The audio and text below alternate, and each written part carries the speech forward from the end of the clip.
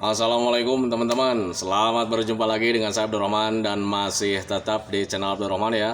Dan masih tetap juga mengupas tentang seputaran gangguan asam lambung dan status psikosomatis. Nah, di sesi kali ini saya akan share video tentang kebiasaan-kebiasaan sederhana yang bisa mempercepat proses pemulihan. Nah, itu teman-teman ya. Nah, makanya bagi teman-teman yang sekarang penasaran tentang kebiasaan-kebiasaan sederhana itu, tolong tonton videonya sampai habis, jangan di-skip biar kalian nanti mengerti, biar kalian nanti paham, dan ketika mengerti dan paham, kalian bisa melakukannya. Semoga saja ini bisa mempercepat proses pemulihan kalian. Nah, itu teman-teman, makanya tolong tonton videonya sampai habis, jangan di skip. Nah, kemudian seperti biasa bagi teman-teman yang baru bergabung, kalau seandainya kalian mau bertanya tentang seputaran gangguan asam lambung dan status psikosomatis, alangkah baiknya kalian tonton dulu video-video saya sebelumnya, karena untuk seputaran gangguan asam lambung dan status psikosomatis semuanya sudah saya share ya. Dari mulai cerita saya yang terkena gangguan asam lambung dan status psikosomatis, kemudian merasakan 1001 macam sensasi yang sangat tidak nyaman, itu sudah di-share. Dan kemudian bagaimana cara menangani setiap sensasi yang hadir, itu juga sudah di-share. Nah, makanya biar lebih jelas, biar lebih detail, alangkah baiknya kalian tonton dulu video-video saya sebelumnya. Nah, itu teman-teman ya. Dan kemudian bagi teman-teman yang baru bergabung juga, seperti biasa juga, kalau seandainya kalian belum subscribe channelnya, mohon videonya itu di-subscribe dulu, karena untuk subscribe itu tidak memerlukan biaya, tidak memerlukan pendaftaran. Jadi subscribe itu adalah hal yang sangat mudah sekali bagi teman-teman lakukan ya. Jadi teman-teman itu cukup memijit saja tulisan subscribe, biar kenapa? Jujur ya, biar videonya itu cepat berkembang dengan baik. Dan kalau seandainya videonya itu berkembang dengan baik, sudah barang tentu itu akan menambah semangat tersendiri buat saya untuk terus nge-share tentang seputaran gangguan asam lambung dan status psikosomatis ini terhadap kalian. Kemudian yang lebih penting dan yang lebih utamanya, tekan juga tombol lonceng sama tombol like-nya ya, biar kalian itu dapat notifikasi atau pemberitahuan video saya yang terbaru. Karena saya itu akan terus nge-share tentang seputaran gangguan asam lambung dan status psikosomatis ini terhadap kalian, dengan tujuan semoga saja videonya itu menjadi wasilah atau jalan keluar bagi kalian yang sedang mengalami gangguan asam lambung dan status psikosomatis hingga membaik ya, apalagi sampai sembuh total. Amin ya robbal alamin. Ya, minimal hanya memberikan motivasi saja, atau lebih minimalnya lagi hanya sekedar menemani kalian yang sekarang sedang merasakan tidak nyamannya dari gangguan asam lambung dan status psikosomatis. Nah, itu teman-teman ya. Nah, kembali lagi ke topik utama teman-teman ya.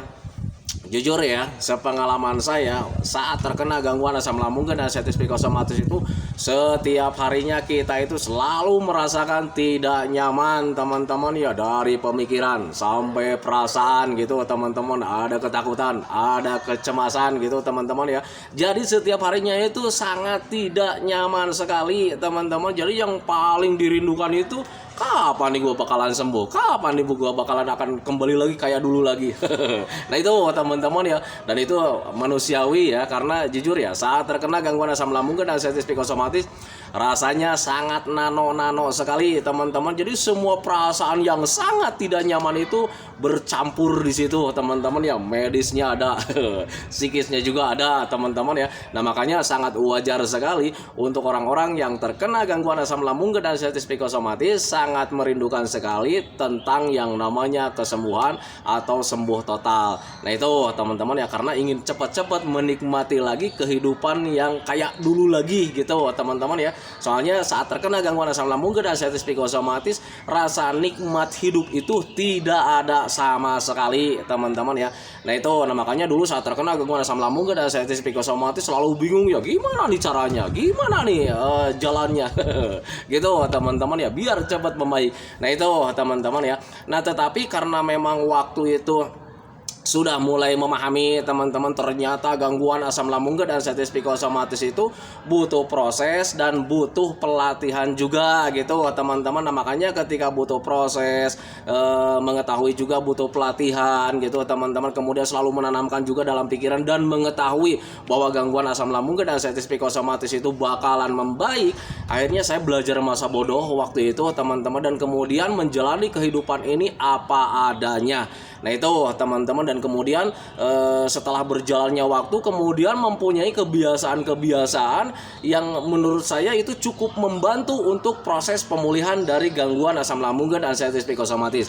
Nah itu teman-teman ya. Nah makanya di season kali ini saya share video atau saya akan ceritakan kebiasaan-kebiasaan saya saat terkena gangguan asam lambung dan arteritis psikosomatis, dan kemudian kebiasaan-kebiasaan itu membantu mempercepat proses pemulihan dari gangguan asam lambung dan arteritis psikosomatis yang saya derita selang beberapa tahun. Nah itu teman-teman ya. Nah makanya bagi teman-teman yang sekarang ingin mencontoh, silakan saja, karena ini sifatnya gratis, tidak berbayar gitu teman-teman. Hanya tinggal kemauan kita diri sendiri gitu teman-teman ya. Konsisten menjalaninya gitu teman-teman, penuh sabar juga gitu teman-teman ya. Dan itu pasti bakalan cepat membaik. Nah itu teman-teman, tidak berbayar dan gratis. Nah itu teman-teman ya. Nah kebiasaan-kebiasaan yang pertama yang saya lakukan waktu itu adalah saat terkena gangguan asam lambung dan arteritis psikosomatis itu adalah mencoba makan teratur gitu teman-teman ya. Jangan telat makan gitu teman-teman ya, karena pada waktu itu saya berprinsipnya seperti ini teman-teman ya.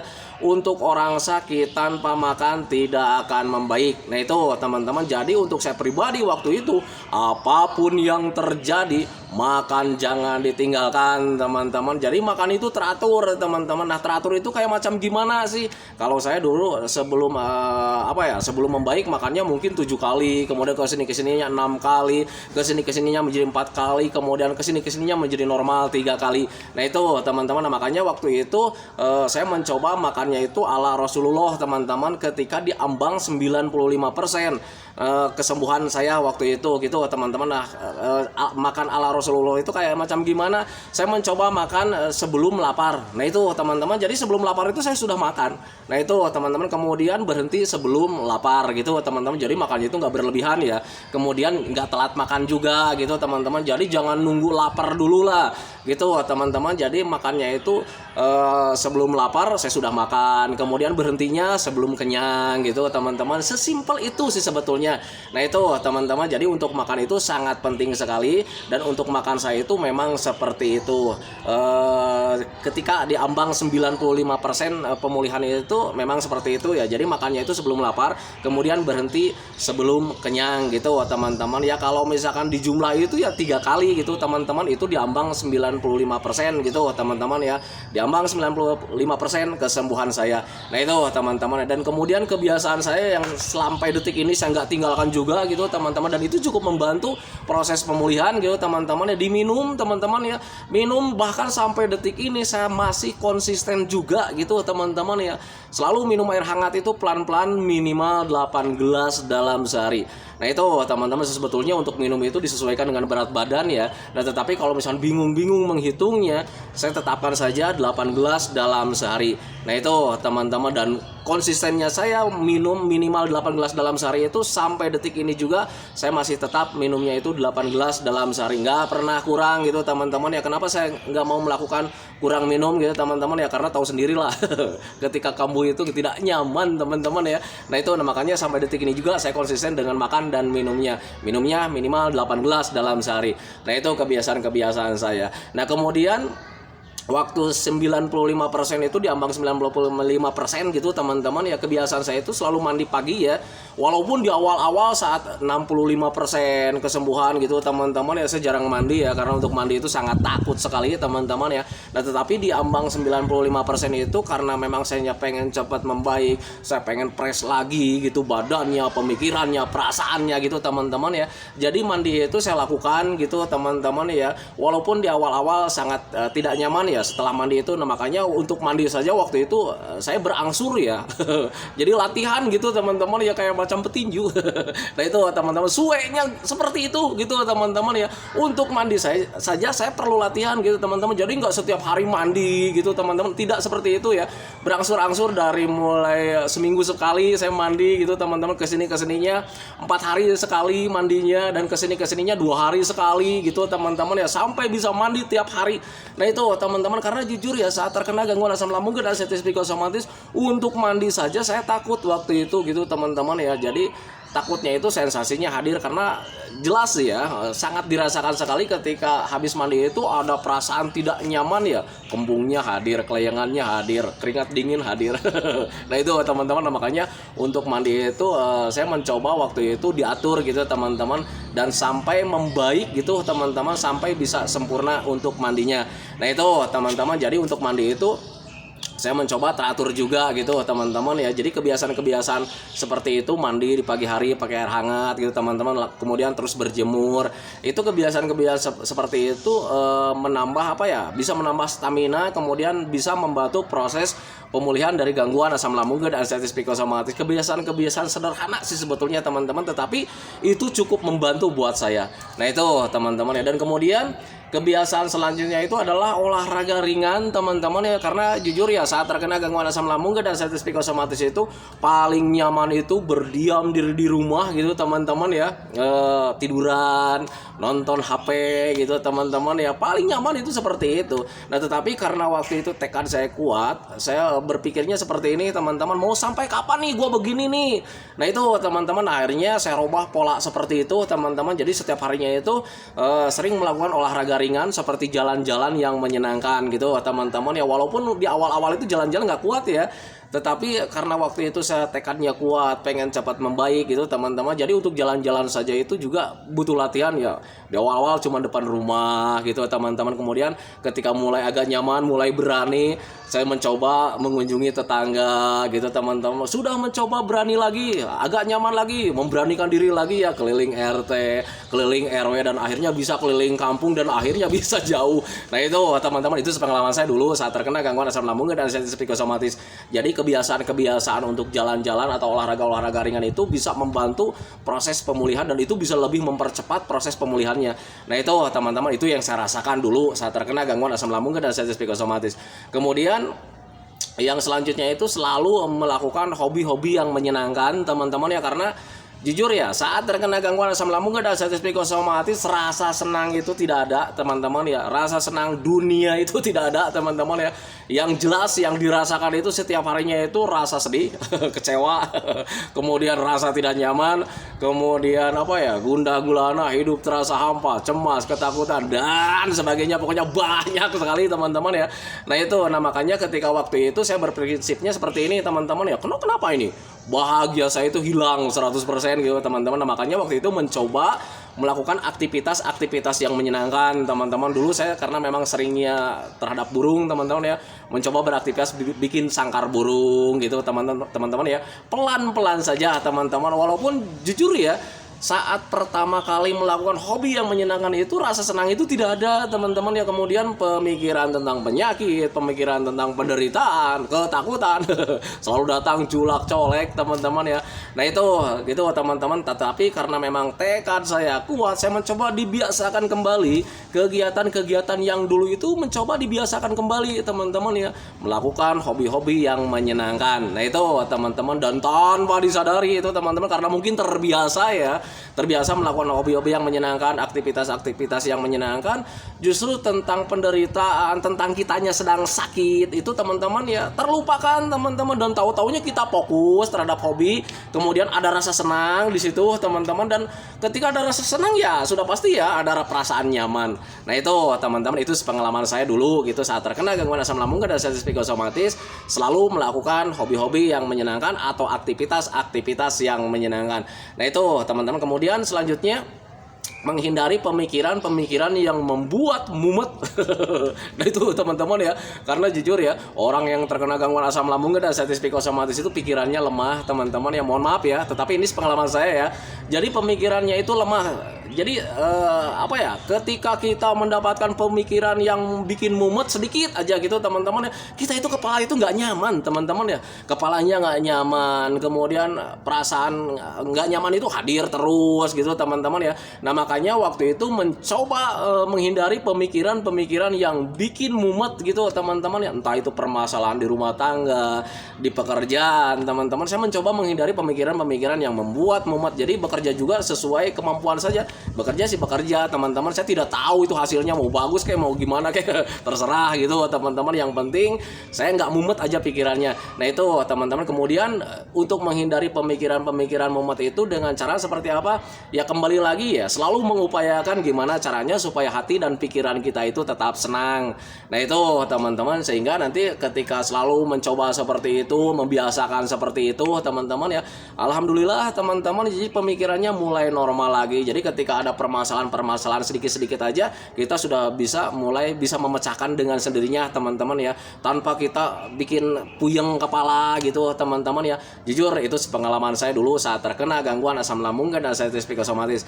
Nah itu teman-teman, dan kemudian kebiasaan yang lebih penting untuk saya itu waktu itu yaitu mencoba selalu menanamkan dalam pikiran kita itu bahwa ini bakalan membaik, bakalan sembuh teman-teman ya, karena pada dasarnya kejadian ini bakalan sembuh teman-teman ya, bakalan membaik teman-teman, bakalan sehat lagi, bakalan sembuh total gitu teman-teman ya. Dan itu selalu ditanamkan dalam pikiran saya itu setiap harinya teman-teman ya. Kadang ketika duduk nongkrong seperti ini ya, kadang berpikir nih, gua nih sedang sakit nih, tapi selalu ditanamkan dalam pikiran ini ya, suatu saat bakalan sembuh, karena ini bakalan sembuh, saya bilang gitu teman-teman. Toh banyak sekali di video-video itu yang sudah membaik teman-teman, sudah sembuh total, mereka aja bisa, kok gua nggak bisa? Berpikirnya seperti itu teman-teman. Nah, makanya saya waktu itu berpikirnya saya juga bakalan sembuh, saya juga bakalan membaik teman-teman, karena memang pada dasarnya gangguan asam lambung dan anxiety psikosomatis itu bakalan membaik teman-teman ya, bakalan sembuh. Nah itu teman-teman, makanya selalu ditanamkan setiap hari itu seperti itu teman-teman. Dan ketika menanamkan setiap hari seperti itu, yang hadir itu rasa semangat ya, moodnya hadir lagi teman-teman. Jadi ketika malas-malas untuk jalan-jalan itu karena memang berpikir wah ini bakalan membaik nih kalau kitanya konsisten menjalaninya gitu teman-teman, menjalani metodenya, akhirnya timbul rasa semangat ya, timbul rasa semangat. Dan yang tadinya malas untuk jalan-jalan itu hadir lagi, jalan-jalan lagi. Nah itu teman-teman, dan saya lakukan itu setiap hari teman-teman. Dan ketika dilakukan setiap hari tanpa disadari gitu teman-teman ya, justru perbaikan itu semakin meningkat teman-teman ya. Berbeda ketika dulu saya sering menuruti apa kata pikiran gitu teman-teman. Ketika berpikir mengatakan bahwa nanti jalan-jalan, ketika jalan-jalan saya sensasi hadir, dan di situ menimbulkan ketakutan ya, dan akhirnya saya urungkan jalan-jalannya gitu teman-teman. Dan ketika menuruti hal seperti itu, justru proses pemulihan itu akan terasa melambat teman-teman ya. Nah itu, tetapi berbeda ketika selalu menanamkan dalam pikiran, kemudian melakukan aktivitas yang menyenangkan juga gitu teman-teman ya. Waktu itu tidak terasa teman-teman ya, waktu itu tidak terasa sama sekali, dan tahu-tahunya kita itu sudah nyaman. Nah itu teman-teman, makanya ketika orang-orang yang bertanya tentang seputaran gangguan asam lambung dan anxiety psikosomatis yang saya derita gitu teman-teman ya, Pak, kapan sih Bapak itu sembuh totalnya? Sampai detik ini juga saya tidak tahu kapan saya sembuhnya teman-teman ya, karena sembuhnya itu berangsur ya, berangsur dengan ditandai ya rasa nyaman sih sebetulnya. Nah itu teman-teman, jalan-jalan sudah mulai nyaman, ngobrol dengan orang lain sudah mulai nyaman. Karena dulu ya saat terkena gangguan asam lambung dan anxiety psikosomatis, ngobrol saja itu tidak nyaman teman-teman. Jangankan untuk ngobrol panjang lebar kayak macam ngomong kayak macam begini nih, ngobrol sedikit saja itu ada kalanya kita itu mudah lelah teman-teman ya. Jadi jangankan untuk beraktivitas ya, ngomong saja capek gitu teman-teman ya. Dulu saat terkena gangguan asam lambung dan anxiety psikosomatis. Nah itu teman-teman, tetapi ketika melakukan aktivitas yang menyenangkan, dilakukan kebiasaan-kebiasaan yang sederhana seperti itu, konsisten menjalaninya teman-teman ya, tanpa disadari ya tahu-tahunya sudah sembuh total teman-teman ya. Nah itu, makanya ketika ditanya kapan nih Pak sembuhnya, saya nggak tahu teman-teman. Jujur sampai detik ini juga saya nggak tahu gitu teman-teman, karena ya setiap harinya itu selalu mengupayakan senang setiap hari sampai detik ini juga seperti itu teman-teman. Walaupun sekarang itu saya sudah bisa memecahkan suatu masalah-masalah yang mumet gitu teman-teman ya. Nah itu pengalaman saya dulu gitu teman-teman, dan sampai detik ini saya alhamdulillah sudah merasa kuat, bisa berpikir yang mumet bisa berpikir, tetapi sampai detik ini juga selalu menghindari lah. Tetapi kalau ada kalanya ada masalah-masalah yang tidak bisa dihindari. Nah itu teman-teman, tetapi alhamdulillah sekarang masih kuat untuk melakukan hal seperti itu. Nah itu teman-teman ya. Nah itu teman-teman ya, kebiasaan-kebiasaan sederhana yang mempercepat proses pemulihan untuk saya pribadi teman-teman ya. Tetapi kalau misalkan teman-teman ingin mencontoh silakan saja, karena itu tidak berbayar, gratis. tinggal andanya sendiri, kemauan andanya sendiri, mau nggak konsisten menjalaninya gitu teman-teman ya. Seperti makan teratur yang pertama, kemudian minumnya minimal 8 gelas dalam sehari, jangan sampai kurang gitu teman-teman. Kemudian yang keduanya, mandi terus berjemur, jadi sering mandilah, mandinya pakai air hangat gitu teman-teman. Dari setelah mandi berjemur gitu teman-teman ya.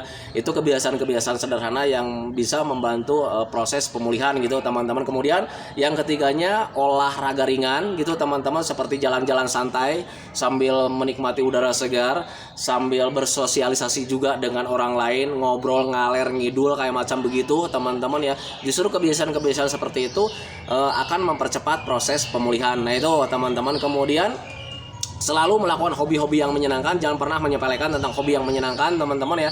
Karena ketika hobi-hobi yang menyenangkan itu dilakukan teman-teman secara terus menerus gitu teman-teman ya, minimal ingatan tentang penderitaan itu hilang gitu teman-teman. Itu pengalaman saya dulu gitu teman-teman ya.